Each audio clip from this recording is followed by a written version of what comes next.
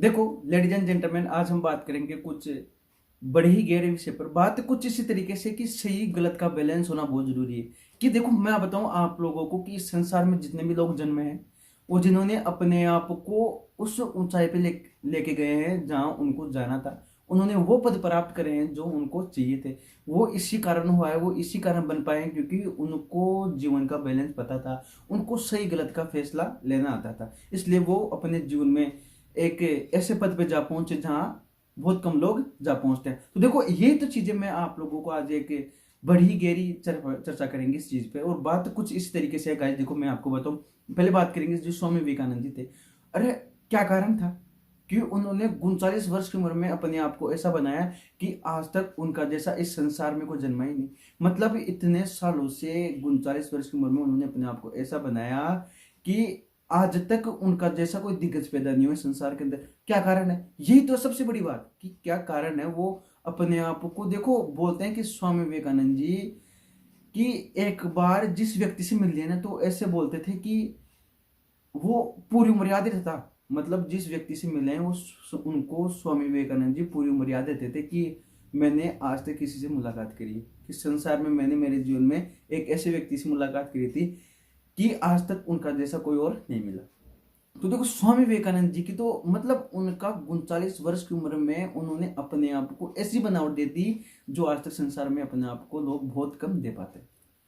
और मैं आपको बताऊं, देखो सही गलत का फैसला उनको आता किस तरीके से था। देखो मैं आपको और बताऊं कि एक बार छोटी सी बात है कि एक बार स्वामी विवेकानंद जी एक पेड़ के नीचे बैठे बैठे कुछ पढ़ रहे थे, कुछ स्टडी कर रहे थे। तो उनके सामने से एक बारात गुजर जाती है। तो कोई व्यक्ति आता है और उनको पूछता है कि आपने बारात को जाते हुए यहाँ से देखा है क्या? तो वो स्वामी विवेकानंद जी बोलते हैं कि मेरे को नहीं पता।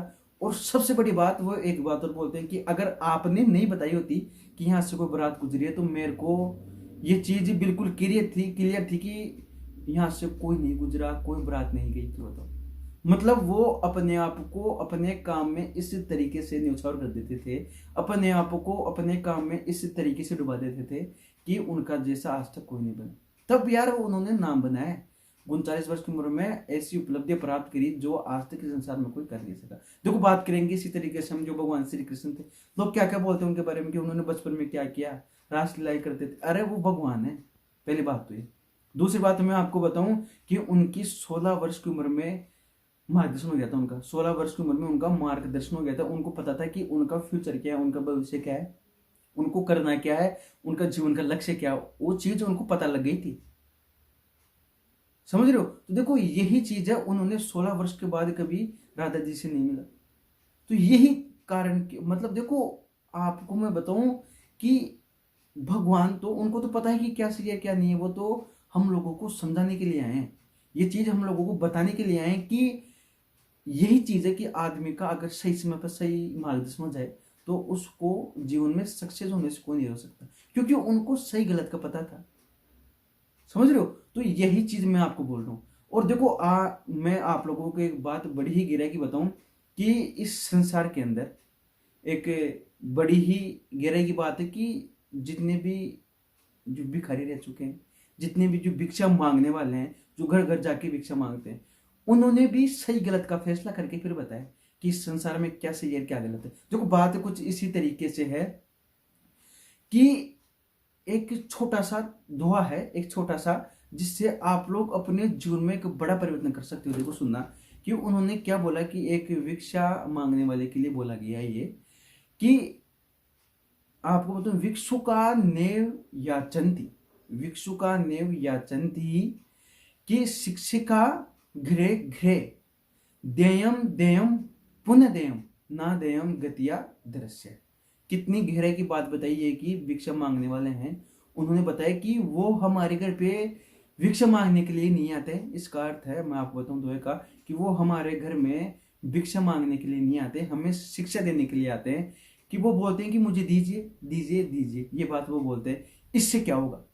देने से क्या होगा कि आपके जो पिछले जन्म थे, आपके जो पिछला जन्म था उनके कर्म, आपके वर्तमान के कर्म, और मैं बताऊं आपको जो आपके भविष्य के कर्म, इससे आपके देने से इन तीनों का मतलब आपका पास्ट, आपका प्रेजेंट और आपका फ्यूचर। इसमें होगा क्या कि जो आप भीख देते हो, आप जो भिक्षा देते हो, सुना बात, कितनी गहराई की बात है कि आप जो ये देते हो, इससे आपके सारे मतलब जितने भी पाप हो सब धुल जाएंगे। अगर आप लोगों के, आप अगर ऐसा नहीं करते हो तो इससे होगा क्या, इससे होगा क्या कि आपकी भी मेरी जैसी स्थिति हो जाएगी।